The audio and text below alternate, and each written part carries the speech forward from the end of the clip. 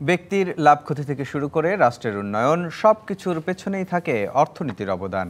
আর সেজন্য দরকার আর্থিক হিসাব নিকাশ আর অর্থনীতির চুলচেরা বিশ্লেষণ। এই বিশ্লেষণ নিয়েই ডিবিসি নিউজের সাপ্তাহিক আয়োজন অর্থনীতির সংলাপ। প্রতি শনিবার রাত 10টায় আমরা হাজির হই এই সংলাপে। আর আজ আপনাদের সঙ্গে আছে আমি মোস্তফা মাহবুব। অর্থনীতির সংলাপের আজকের বিষয় শেয়ার বাজার পতনের দায় কার।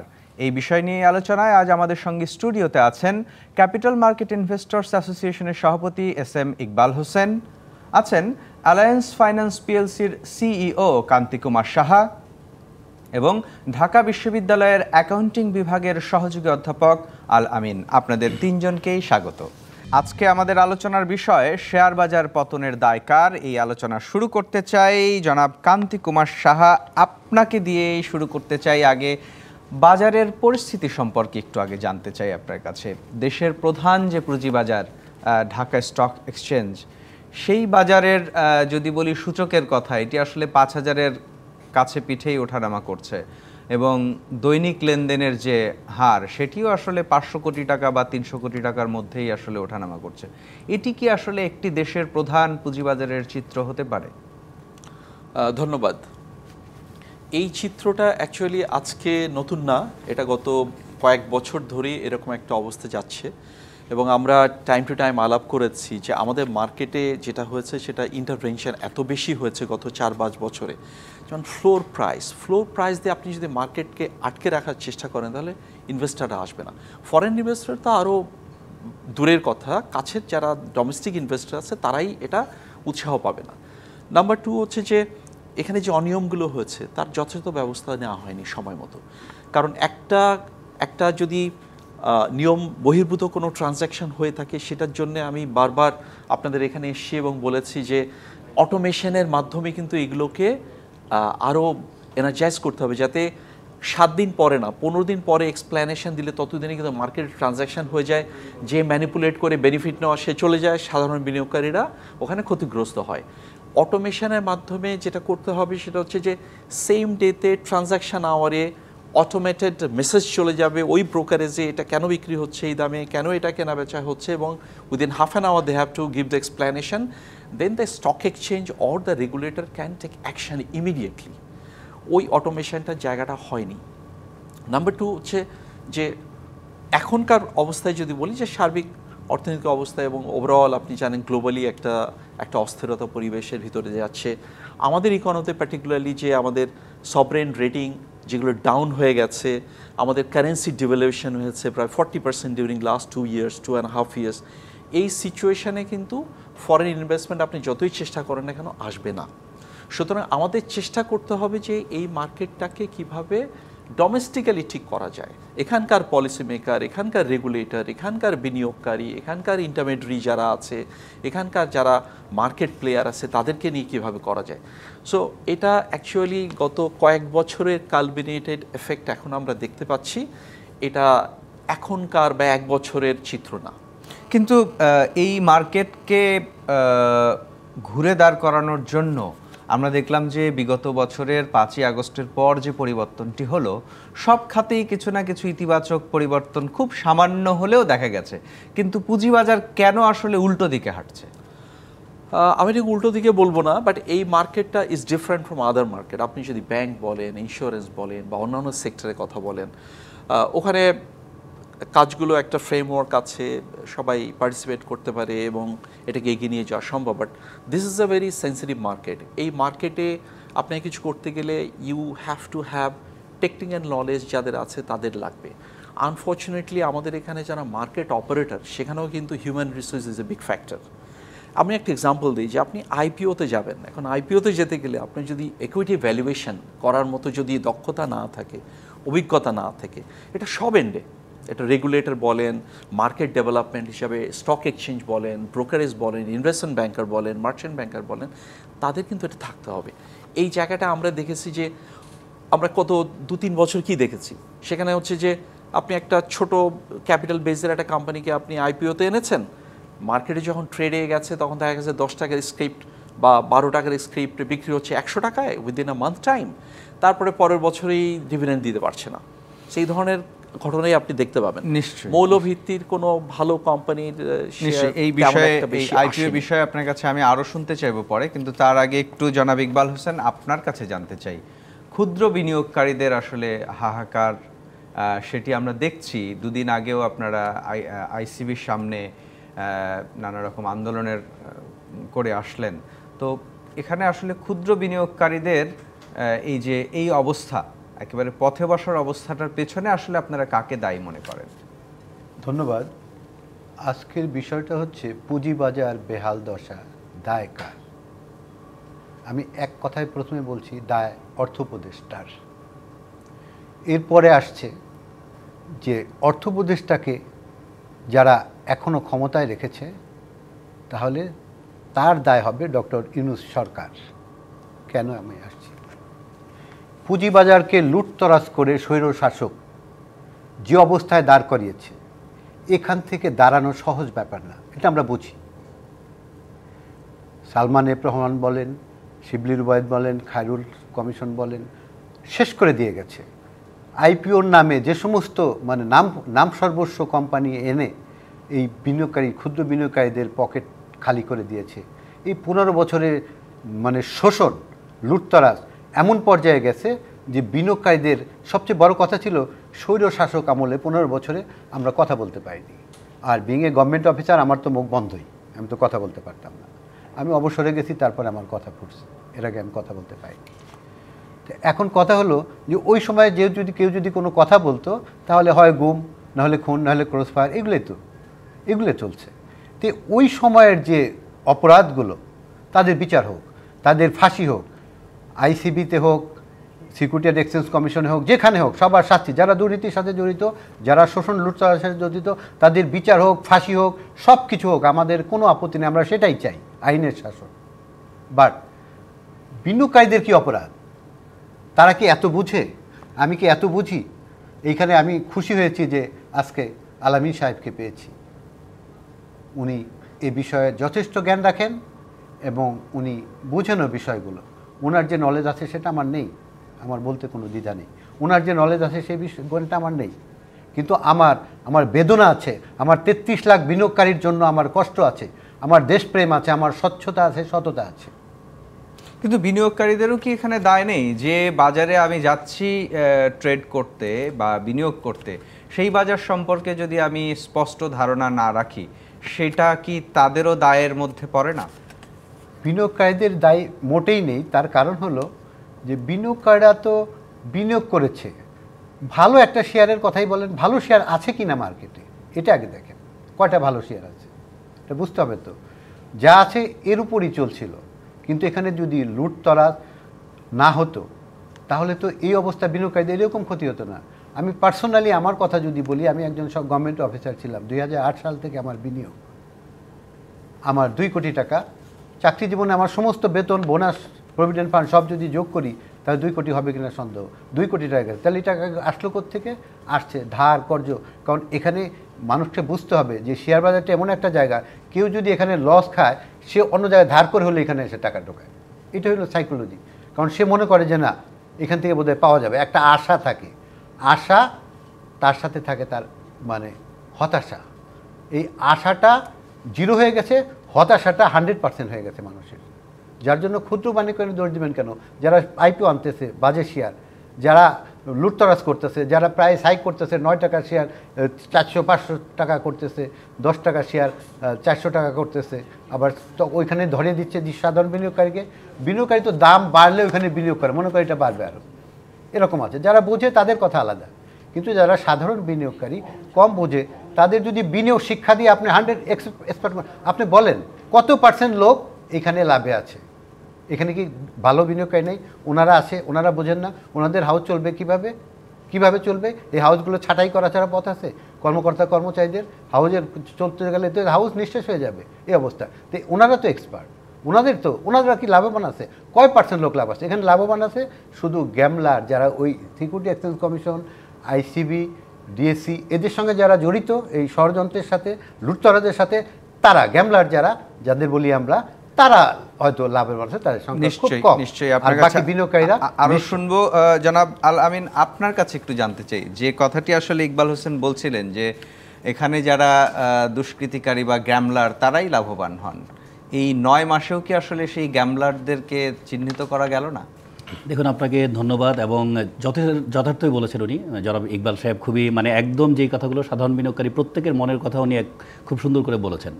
আসলে আপনারা হয়তো অনেকেই, আমরা পত্রপত্রিকায় দীর্ঘদিন ধরে দেখছিলাম যে কারা গ্যামলার। ইভেন আমাদের যদি খেয়াল করে দেখেন যে সমকাল পত্রিকায় আনোয়ার ইব্রাহিম উনি খুবই কিন্তু ইনভেস্টিগেটিভ রিপোর্ট করেন, ডেইলি স্টারের আহসান হাবিব আছে, যুগান্তরের মনির আছে, ওনারা কিন্তু দীর্ঘ 5-6 বছর ধরে অনেকগুলো কোম্পানি লিখে আসছিল। তার মধ্যে মাস্টার মাইন্ড হিসাবে বিশেষ করে আবুল খায়ের হিরুর নাম এসছে, কখনো কখনো বিকন গ্রুপের নাম এসেছে, কখনো কখনো সালমান এফ রহমান তো আছেই। তাহলে এই যে নামগুলো ছিল, এই নামগুলো কিন্তু আমরা এতদিন শুধু পত্রপত্রিকায় দেখতাম, বাট নতুন কমিশন আসার পর যে জিনিসটা হয়েছে আপনারা তো খেয়াল করে দেখবেন, তারা এসে মাত্র 12টা তারা তদন্ত কমিটি করেছে 12টা ইস্যু নিয়ে, বাট এর বাইরেও অনেকগুলো রিপোর্ট অলরেডি আমরা এসেছে। আপনি যদি আপনার সিকিউরিটি এক্সচেঞ্জ কমিশনের ওয়েবসাইটে যান, জানুয়ারি, ফেব্রুয়ারি, মার্চ মাসে 174টা এনফোর্সমেন্ট অ্যাকশন তারা নিয়েছে। এনফোর্সমেন্ট অ্যাকশনগুলোর মধ্যে ধরেন এখানে কাকে কত টাকা কীভাবে ফাইন করা হয়েছে, এভরিথিং আপনার ওয়েবসাইটে দেওয়া আছে। এখন আমরা সাধারণ বিনিয়োগকারী বা অ্যানালিস্ট যেখানেই দেখি না কেন, আমরা কিন্তু ওই তথ্যগুলো পর্যালোচনা করি না।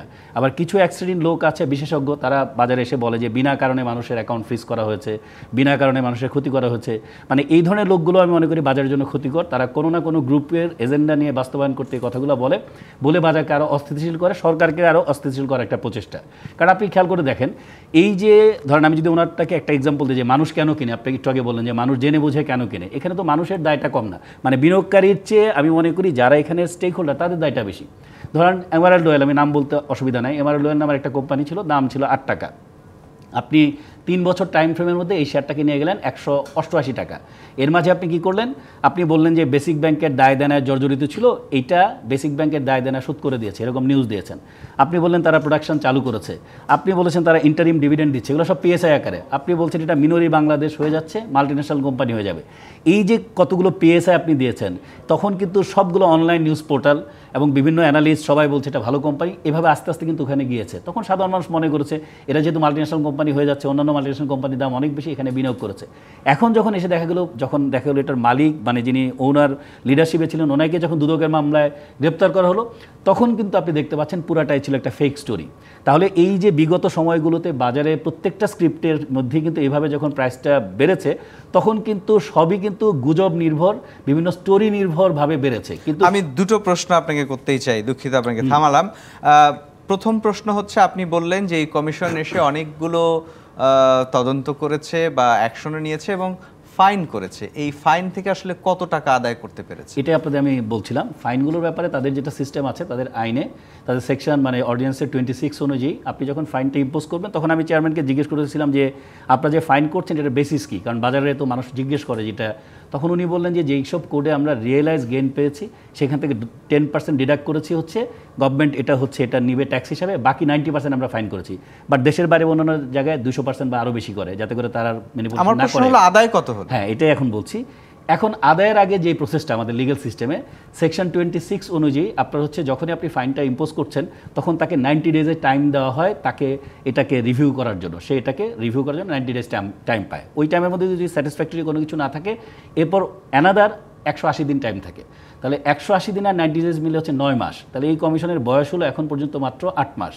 তার মানে 9 মাস যখন হয়ে যাবে, তখন তারা যেগুলোকে ফাইন ইম্পোজ করেছে, তখন তারা পাবলিক ইন্টারেস্ট হিসাবে সার্টিফিকেট কোর্ট বলে একটা কোর্ট আছে, যেটা হচ্ছে আমার লোয়ার কোর্ট, তখন তারা ওই কোর্টে এগুলোকে রেফার করবে। কোর্ট তখন তাদেরকে সমন জারি করার রাইট রাখে। তাহলে আমাদের যে আইনি জটিলতার জায়গা, সেই অনুযায়ী এখনও পর্যন্ত কিন্তু ম্যাচিউর করে নাই যেই ফাইনগুলো তারা ইম্পোজ করেছে। বাট ফাইন ইম্পোজের ডকুমেন্ট যেটা আপনার ওয়েবসাইটে দেওয়া আছে, ওখানে লেখা আছে কাকে কিভাবে ফাইন ইম্পোজ করা হয়েছে। এই ফাইনগুলো থেকে আসলে অর্থ আদায়ের প্রক্রিয়াটি দীর্ঘমেয়াদী, সেটি আপনার কথা দিয়েই পরিষ্কার হয়েছে। দ্বিতীয় যে প্রশ্নটি আপনাকে করতে চাই, আপনি বললেন যে একটি কোম্পানির নাম বলেছেন যেটিকে খুব ভালো দেখিয়ে, টাইম টু টাইম ভালো দেখিয়ে 8 টাকার শেয়ার 188 টাকায় নেওয়া হলো। এই যে 8 টাকার শেয়ার 88 টাকায় নেওয়া হলো, এই যে ভালো দেখানো হলো, এর পেছনে যারা যারা জড়িত ছিল তাদের কজনের শাস্তি হয়েছে? তাদের প্রত্যেকের, আপনি যদি এগুলোর ম্যানিপুলেশনের সাথে যখন কেস স্টাডিটা আসছে, প্রত্যেকের কোন ব্রোকারেজ হাউস ইনভলভ ছিল, কোন ব্যক্তি ইনভলভ ছিল, কার কোডে এগুলো হয়েছে, এভরিথিং এনফোর্সমেন্ট অ্যাকশনে দেওয়া আছে। এখন আমাদের অনেকেই কী করি, এনফোর্সমেন্ট অ্যাকশনের জিনিসগুলো আমরা কেউ পড়ি না। আপনি ওয়েবসাইটে জানুয়ারি ফেব্রুয়ারি মার্চ সিরিয়ালে আপনি গেলে এখনই সার্চ দিয়ে পাবেন 174টা এনফোর্সমেন্ট অ্যাকশন আছে। এখন এই অ্যাকশনের মধ্যে দেখবেন যে আপনি বিভিন্ন ব্রোকারেজ হাউস ইনভলভ হয়ে যাচ্ছে, বিভিন্ন বড় বড় ব্যক্তি ইনভলভ হয়ে যাচ্ছে। এখন ওই গ্রুপটা চাচ্ছে যে এখন এটাকে থামাতে হলে কি করতে হবে, বর্তমান কমিশনটাকে আসলে সরিয়ে দিতে হবে। তাহলে সরিয়ে দিলে তাদের দুইটা লাভ, নাম্বার 1 হচ্ছে বর্তমান যে কাজগুলো হচ্ছে এটা বন্ধ হয়ে যাবে, নাম্বার 2 হচ্ছে ভবিষ্যতে যদি কেউ আবার নতুন করে আসে তাকেও কিন্তু সতর্কতার সাথে গ্যামলারদের সাথে আতাত করেই তাকে চলতে হবে, তাহলে তাকেও সরিয়ে দেওয়া হবে।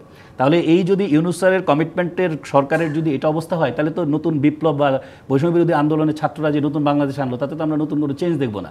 সেই জন্য আমরা মনে করি আপনি যাকে আনেন, যাই কিছু করেন না কেন, যেই কাজগুলোতে হাত দেওয়া হয়েছে সেই কাজগুলো যাতে সঠিকভাবে সম্পন্ন হয় এবং আদালত পর্যন্ত যায়। আদালত থেকে সিদ্ধান্ত আসতে যে সময় লাগুক, অ্যাটলিস্ট আপনার যখন নামে মামলা থাকবে তখন আপনাকে কিন্তু অবশ্যই এটার থেকে ক্লিয়ার হতে গেলে আপনার যা যা করণীয় করতে হবে। বাট যতক্ষণ পর্যন্ত মামলায় যাচ্ছে না, সেই জন্য আমাদেরকে 9 মাস সময় দিতে হবে। অলরেডি 8 মাস হয়েছে, 1-2 মাস পর আশা করছি আমরা বেশ কিছু আদালতের কেস জানতে পারবো। নিশ্চয়ই আপনার কাছে আরো শুনবো, কিন্তু জনাব ইকবাল হোসেন যে ব্যাখ্যা জনাব আলামিন দিলেন, আপনি কি আসলে সন্তুষ্ট? কারণ আপনি শুরুতেই আপনার বক্তব্য শুরুই করেছিলেন আসলে এই সমস্ত দুরবস্থার জন্য বা বেহাল দশার জন্য আপনার ভাষায়, সেটির জন্য দায়ী প্রথমত অর্থ উপদেষ্টা, দ্বিতীয়ত প্রধান উপদেষ্টা। আপনি কি এখন তার এই ব্যাখ্যায় সন্তুষ্ট কিনা? আমি বলছি যে আলামিন ভাই উনি মানে একজন পুঁজিবাজার বিষয়ক বোদ্ধা হিসাবে আমি তাকে সম্মান করি। উনি যখন এই টাস্কফোর্সের সদস্য ছিলেন না, তখন কিন্তু উনি বিনিয়োগকারীদের একটা মুখপাত্র হিসাবে ভূমিকা রেখেছেন। আমরা ছিলাম আমলাদের উত্তরসূরি, কারণ সরকারি চাকরি করেছি।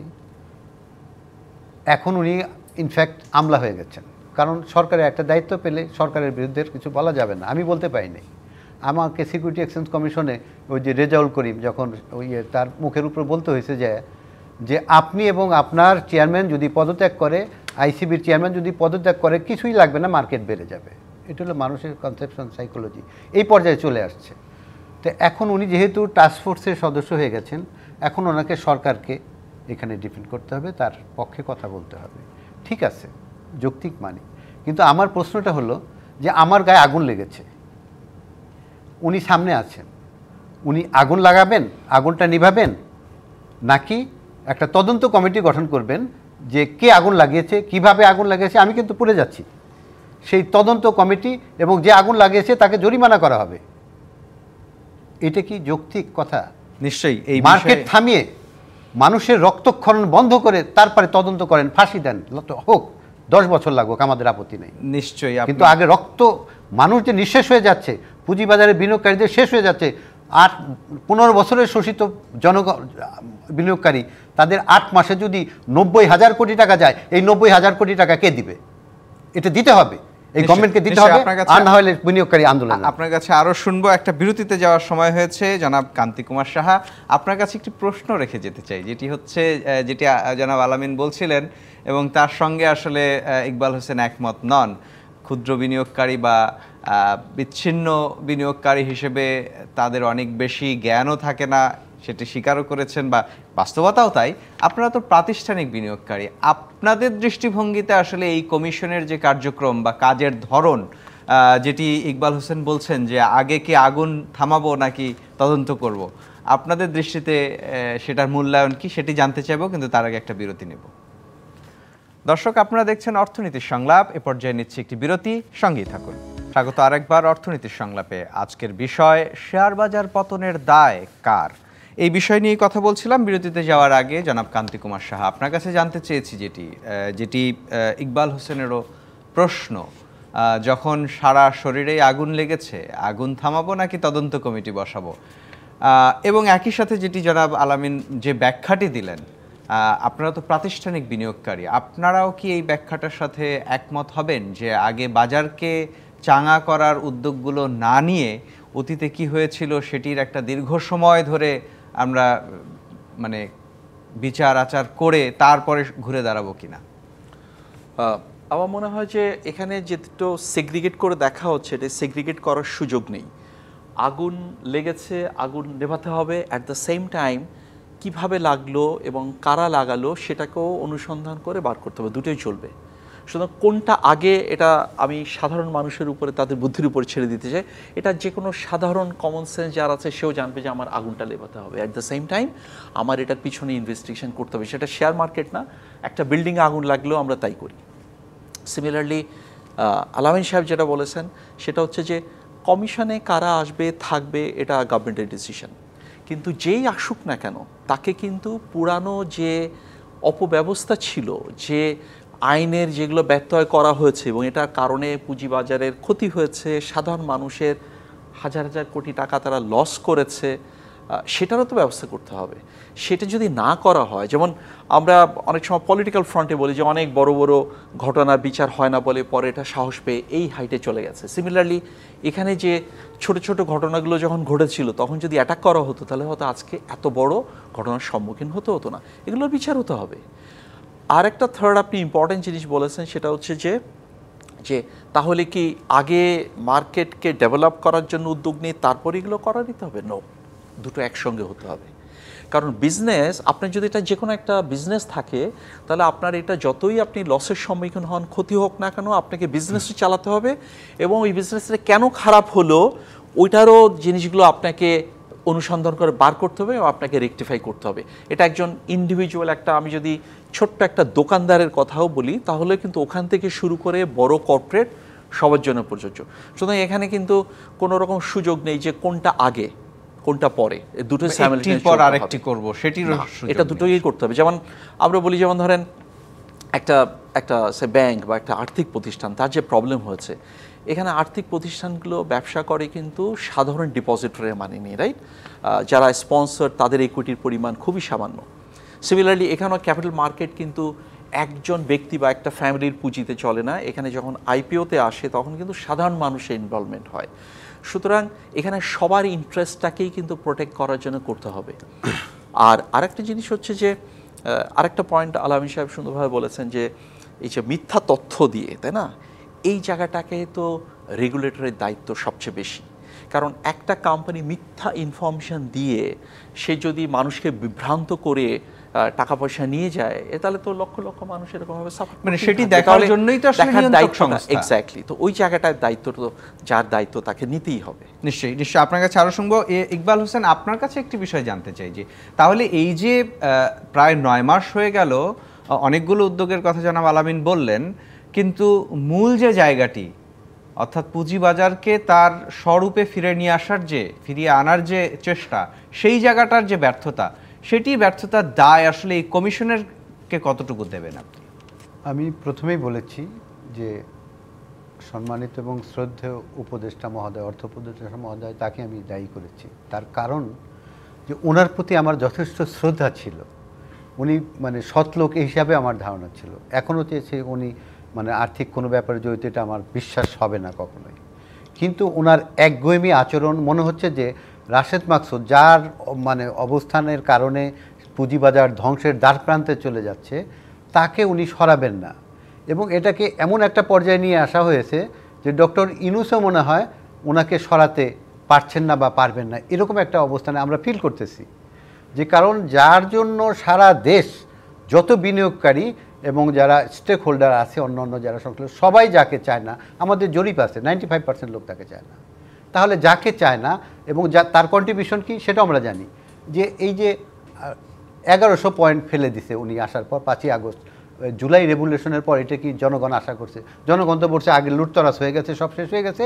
উনি আসছেন যখন, এখন তো মার্কেট ভালো হয়ে যাবে, আমরা কিছুটা মানে স্বস্তি নিঃশ্বাস ফেলছি যে না, মার্কেট ভালো হবে, তাদের পুঁজি কিছুটা হলেও ফেরত আসবে। এইখানে 8 মাসে মানে এই 90,000 কোটি টাকারও বেশি যদি মার্কেট থেকে উধাও হয়, মানুষের পকেট থেকে চলে যায়, তাহলে এইটা রিকভার হবে কিভাবে, কবে? এই কমিশন পরিবর্তন করাটাই কি সমাধান আপনার দৃষ্টিতে? আমরা মনে করি যে মানসিক মনস্তাত্ত্বিক যে সমাধান, এটা এই মুহূর্তে অতি জরুরি, এই রাশেদ মাকসুদের অপসারণ।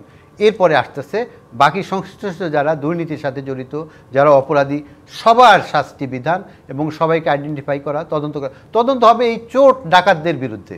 তদন্ত কেন হবে? ওই যারা চুরি স্বীকৃত চোর তাদের তদন্ত হবে, অবশ্যই জেল হোক, ফাঁসি হোক, আমাদের আপত্তি নেই। কিন্তু তাদের তদন্ত দিয়ে যদি মার্কেটকে আরও পতন ঘটানো হয়, তাহলে এটা তদন্তর নামে কি হচ্ছে? এই বিনিয়োগকারীদের নিঃশেষ করে দেওয়া হচ্ছে। নিশ্চয়ই আপনার কাছে আরও শুনবো। জনাব আলামিন, আপনার কাছে একটি বিষয় একটু জানতে চাই যে আর্থিক খাতের ক্ষেত্রে যদি দুটো ক্ষেত্রের কথা বলি, একটি হচ্ছে ব্যাংক এবং আরেকটি পুঁজিবাজার। বাংলাদেশের অর্থনীতির তো এই দুটোই মূল উৎস। সেই জায়গায় আমরা দেখলাম যে ব্যাংক খাতেও তো খাদের কিনারায় পড়ে গিয়েছিল। আমরা দেখেছি যে কেন্দ্রীয় ব্যাংকের প্রত্যক্ষ মদদেই আসলে কিছু কিছু ব্যাংক লুট হয়েছে। বলা হয় যে আইন পরিবর্তন করা হয়েছে ব্যাংক লুট করার জন্য। সেখানে একজন গভর্নর যখন আসলেন, বলা হয় যে খুব বেশি মিরাকেল চেঞ্জ না হলেও অবস্থার ধীরে ধীরে উন্নতি হচ্ছে, কিন্তু পুঁজিবাজারের ক্ষেত্রে সেটি নয় কেন?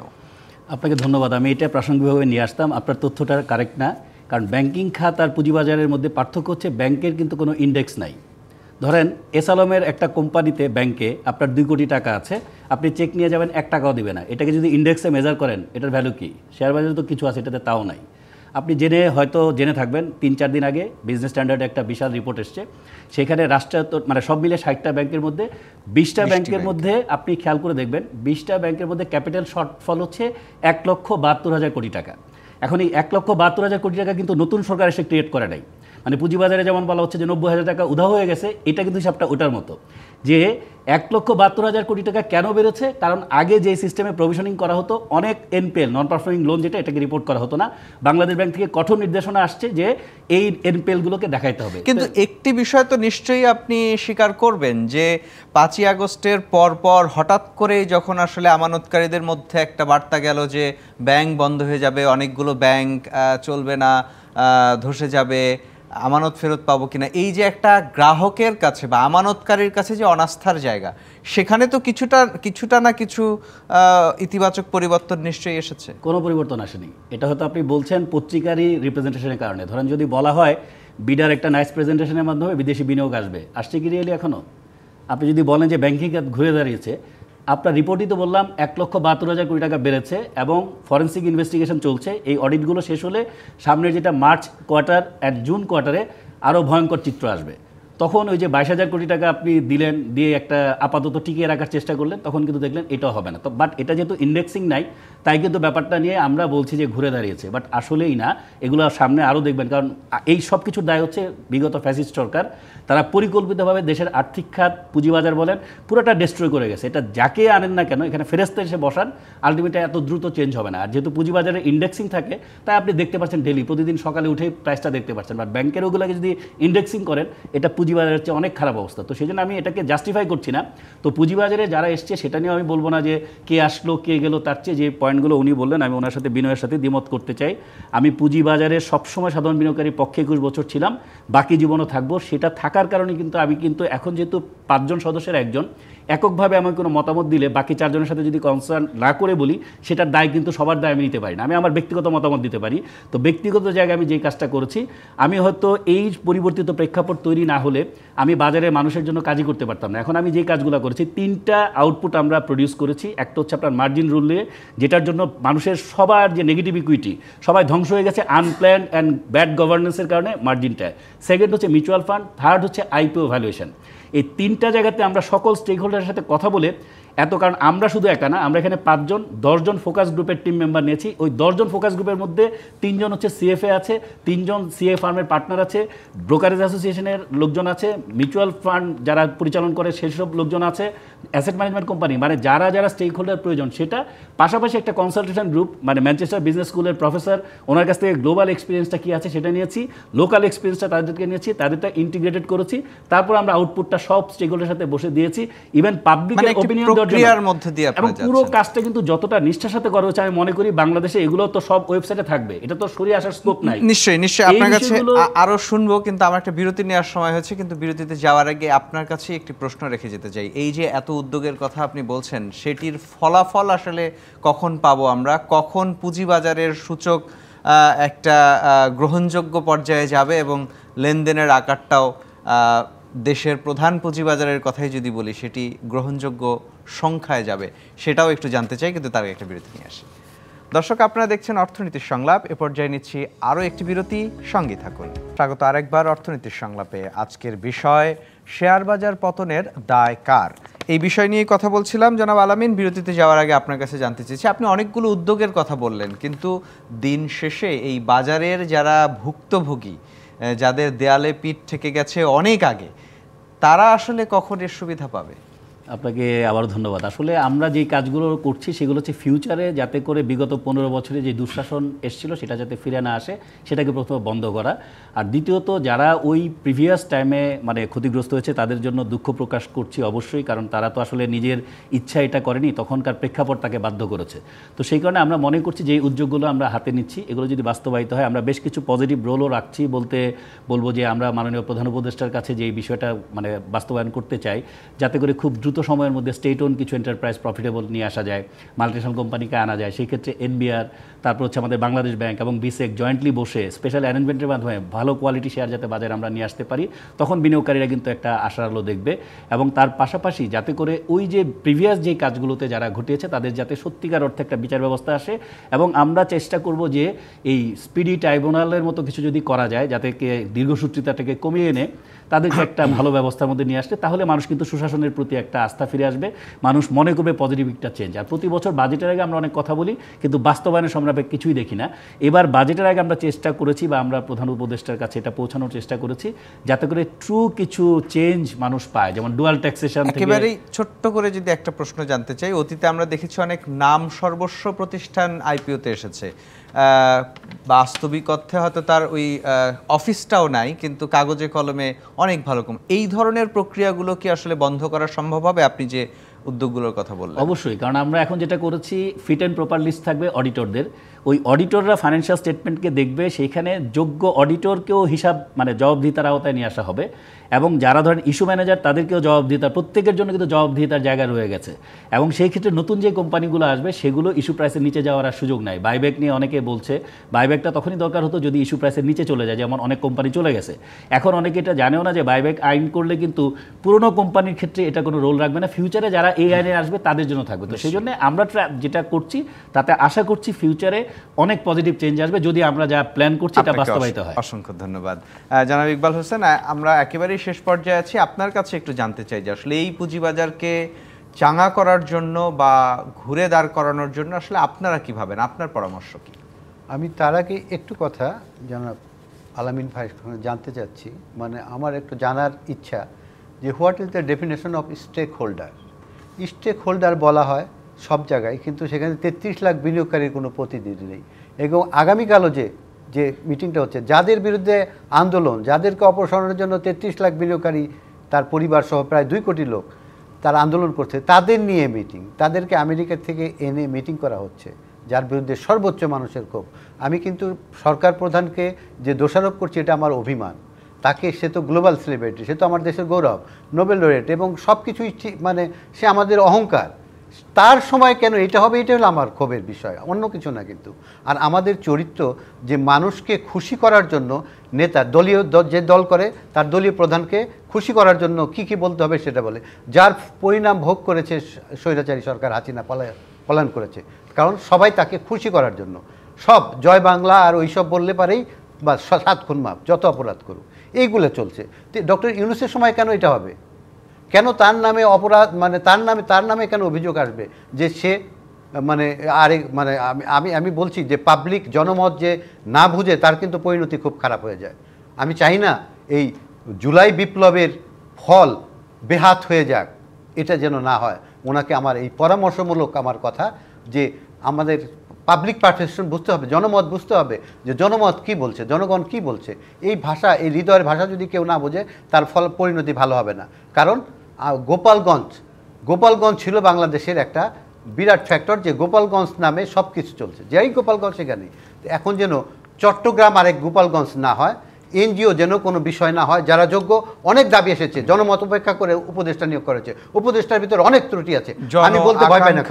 উপদেষ্টার অনেক আপত্তি আছে জনমত, সেখানে উপদেষ্টা কেন নিয়োগ হয়েছে? অনেক যোগ্য উপদেষ্টা ছিল, তাদের নিয়োগ করলে অনেক ভালো হতো, তার অনেক সহযোগী। কেন এই এনজিও মার্কা সরকার মানুষ বলবে নিশ্চয়ই কেন? এবং তার আরও কিছু কথা আছে, মানবিক অনেক কিছু করতে যাচ্ছেন, এটা জনমত কিনা, এটা দেশ চায় কিনা। আমি আমেরিকা কি বললো আর ওই কে কি বললো এটা নিয়ে আমার কথা না, আমার দেশ, আমার দেশের জনগণ কি বলে সেটাই আপনার পরামর্শ হচ্ছে যে সরকার যে এবং আরেকটা কথা আমি স্যারকে বিনয়ের সাথে বলতে চাচ্ছি, উনি যেহেতু বিশ্ববিদ্যালয়ের শিক্ষক, আমার ছোট ভাই আছে যারা আমার কাছে বসতো, আমার মানে ইউনিভার্সিটির ছোট ভাই, তারা অনেক একটা বিশ্ববিদ্যালয়ের ভাইস চ্যান্সেলরও, একজন নির্বাচন কমিশনার আছেন, একজন নির্বাচন কমিশনার আছে, তিনি আমার মানে কলেজ লাইফের 1 বছরের সিনিয়র, এবং আমার যুব উন্নয়ন অধিদপ্তরের উনি যুব ক্রীড়া মন্ত্রণালয়ের উনি অ্যাডিশনাল সেক্রেটারি ছিলেন, খুব নির্যাতিত, উনি কমিশনার হয়েছে। আমি জানি যে ওনাকে কেউ কোনো কিছু দিয়ে ঘোরাতে পারবে না, নির্বাচন যে তারিখে যা হবে যেটা নিয়ম অনুসারে উনি সেটাই ঘোষণা দেবেন। নিশ্চয়ই নিশ্চয়ই জনমত। আমার যে কথাটা আলামিন ভাইকে বলার কথা যে আমাদের ওনাদের বিরুদ্ধে একটা অভিযোগ আছে, ওনাকে বলা উচিত একদম এক সেন্টেন্সে বলছি যে তাদের অনারিয়াম আছে একটা মিটিংয়ের 3000 টাকা করে, ওনারা নাকি মাসিক 2 লাখ টাকা করে নেন, এবং অনেকে নাকি 10 লাখ টাকা মাসে নিচ্ছে। এবং রাশেদ মাকসুদের ওনার অনারিয়াম আছে আপ্যায়নের জন্য 5000 টাকা, উনি নেন 25,000 টাকা। সেই বিষয়গুলো আসলে স্বচ্ছতা জবাবদিহিতা নিশ্চিত করতে হবে। নিশ্চয়ই অন্য কোনো ফোরামে আলোচনা করব। আজকে আমাদের সময় একেবারেই শেষ। কান্তি কুমার সাহা, আপনার কাছে পরামর্শ জানতে চাই, আসলে কি করা উচিত?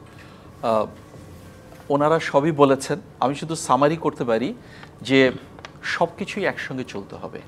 আমাদের কিন্তু বিজনেস অ্যাজ ইউজুয়াল, সরকার কিন্তু দায়িত্ব নেওয়ার পরে বলেনি যে আমাদের এটা বন্ধ রাখতে হবে এটা করার জন্য। সুতরাং আমাদের কেন আইপিও এখন হচ্ছে না, কেন বন্ড মার্কেটে আসছে না, এই চেষ্টাগুলো যাদের যাদের দায়িত্ব তাদের করতে হবে।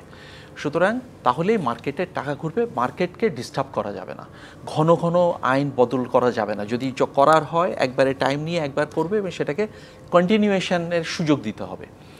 আর সেকেন্ড হচ্ছে যে এটা একটা স্পেশাল মার্কেট, এটা ব্যাংকে আপনি যেটা বলছিলেন যে কিছু সাময়িক হয়তো দেখা যাচ্ছে, হয়তো আগে যেমন বেনামি লোন হতো সেটা হয়তো বন্ধ হয়েছে, কিন্তু যেগুলো হয়ে আছে এগুলোর থেকে কিন্তু এনপিএল বাড়ার আরও সম্ভাবনা আছে।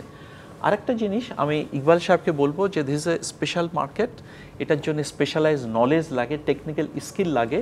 সুতরাং এই মার্কেটে যারা এই স্কিলটা নেই, নলেজটা নেই, তাদের আমার মনে হয় এই মার্কেটে আসার আগে ভেবেচিন্তে ইনভেস্ট করা উচিত। জি, আপনাকে অসংখ্য ধন্যবাদ। আপনাদের 3 জনকে অসংখ্য ধন্যবাদ, আমাদেরকে সময় দিয়েছেন। নিশ্চয়ই অন্য কোনো দিন আরও এই বিষয় নিয়ে আমরা কথা বলবো। দর্শক, আজকের মতো বিদায় নিচ্ছি অর্থনীতির সংলাপ থেকে। ফিরবো আগামী শনিবার রাত 10টায়। থাকবেন অন্য কোনো অতিথি, থাকবেন আপনারাও। ডিবিসি নিউজের সঙ্গেই থাকুন 24 ঘন্টা।